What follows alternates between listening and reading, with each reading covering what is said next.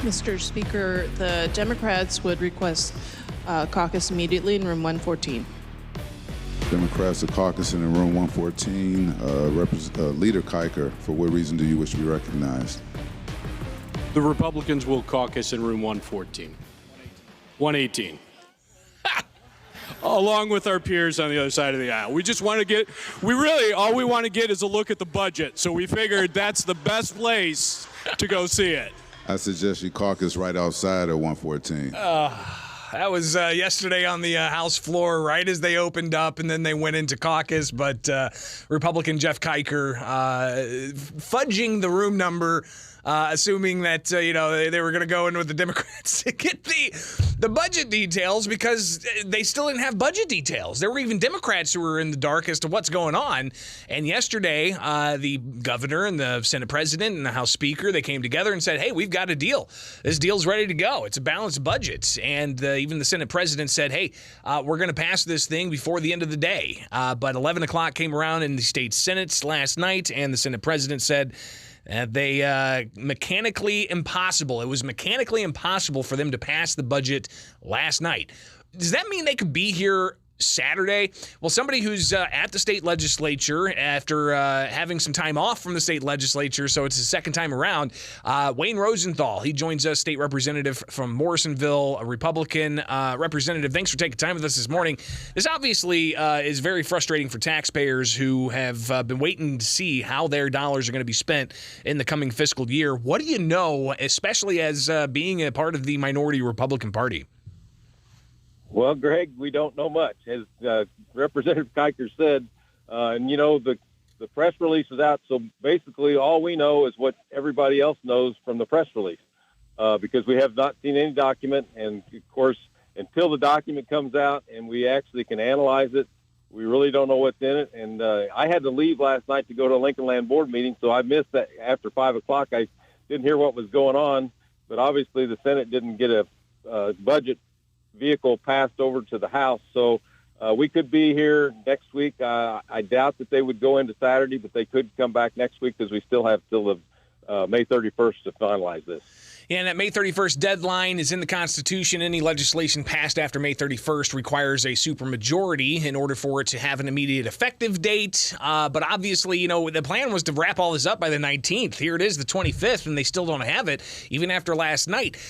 Representative, you were in the legislature years ago, few years off after serving in the Rauner administration, but then you're back in the legislature.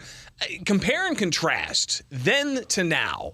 Having myself covered for the past 10 years, it seems every year the budget is a last-minute document that gets dropped, and then there seems to be like a pressure campaign to get people lined up to do, to just vote on the budget and support it in the wee hours of the morning. Do you anticipate we're going to see that again, and how does it compare to your previous time in the legislature? I expect that part is going to be very similar, and the reason that happens is because they can end up putting stuff in that they don't really want to debate in public, so stuff gets put in there, and they say, oh, we got to vote for it because it's in with everything else. And what those things are, we really don't know, and we got a lot of budget pressure this year because of the medical costs for undocumented. They projected $220 to start with, and then it went to $400 million. And now it's up to maybe $1.1 billion, and so that money has to come from somewhere. And when you pay for that, then it puts pressure on other parts of the budget, and then it becomes a fight within their multiple caucuses on who wants to give up what. So, like I say, we really don't know what's going to happen until we get the final version. Now, the Senate's going to be holding a committee hearing this morning, in just about an hour and a half or so, where they'll unpack some of these details of the budget. And then their plan is to get it passed and get it over to the House. Talk a bit more about the trajectory of this. Do you really think you guys are going to be coming back next week?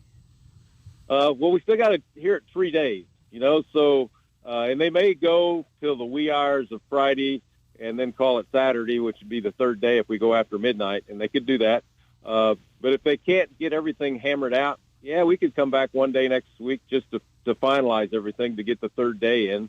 But that's totally out of our control and anybody on our side. So it's up to whatever they want to do.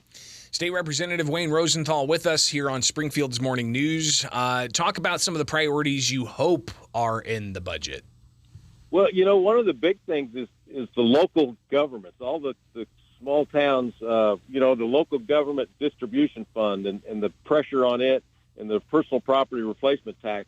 My understanding is, and I haven't seen it for sure, that they're taking part of that to help balance the budget. Well, all these, the inflationary pressures are out there for all the people, but they're all out there for all the local communities too, and all the small governments, which I represent, mostly rural areas.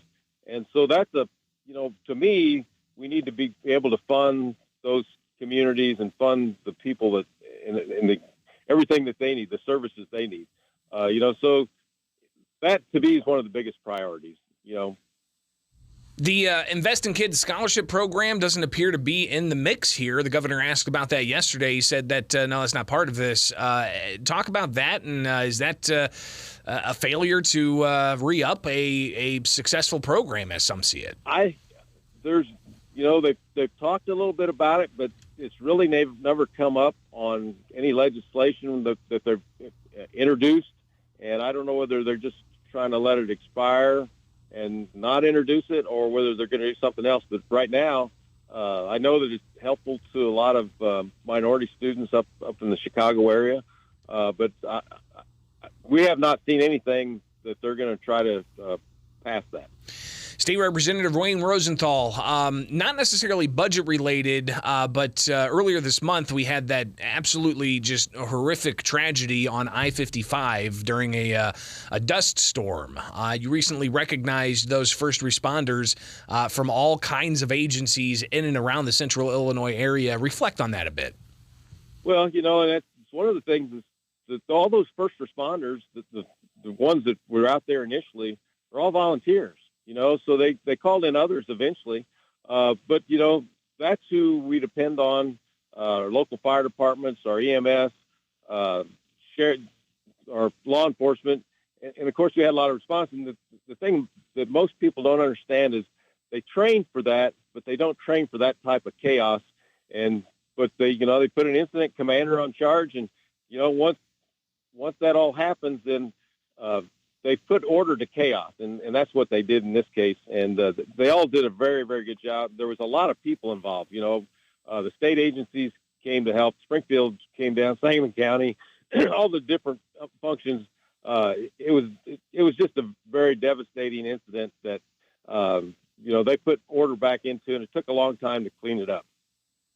I have heard from some concerned about how this may have even happened. Of course, it was a dry spell, and you had a lot of planting going on even that day, and even after that. I, with my own eyes, saw some tractors out in the fields doing some tilling or some planting, or whichever the farmers were doing at that time. Is there any liability there? What can farmers do to ensure that this might not, set the stage for something similar to happen? There's a couple things that happen that, a lot of people aren't aware of, and I drive through there every day. That whole area had been planted 3 to 5 weeks ahead of time, so it's all planted.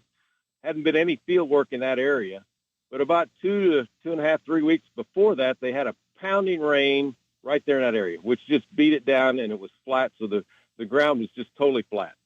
And it was just a small area, but once the wind picked up and the dust started blowing, and it started at Thayer and moved across there, and by the time it got there, it was just you couldn't see through it. So what the farmers could do, there's not a whole lot of things that they could have done necessarily, because it happened a long time ago.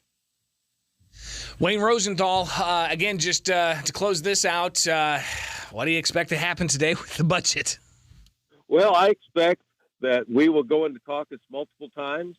I expect that the Dems will be in caucus, and eventually they'll come out with some kind of agreement that nobody's going to be happy with, totally happy with on their side, which means that we're probably not going to be happy with it either. But, we need more transparency in the process, more transparency for the taxpayers on where their money's going to be spent. And hopefully that's what happens in the future, but I don't expect that today. Wayne Rosenthal, state representative, Republican from Morrisonville, greatly appreciate your time today, and we'll talk again soon, all right? Thanks, Greg. It is Springfield's Morning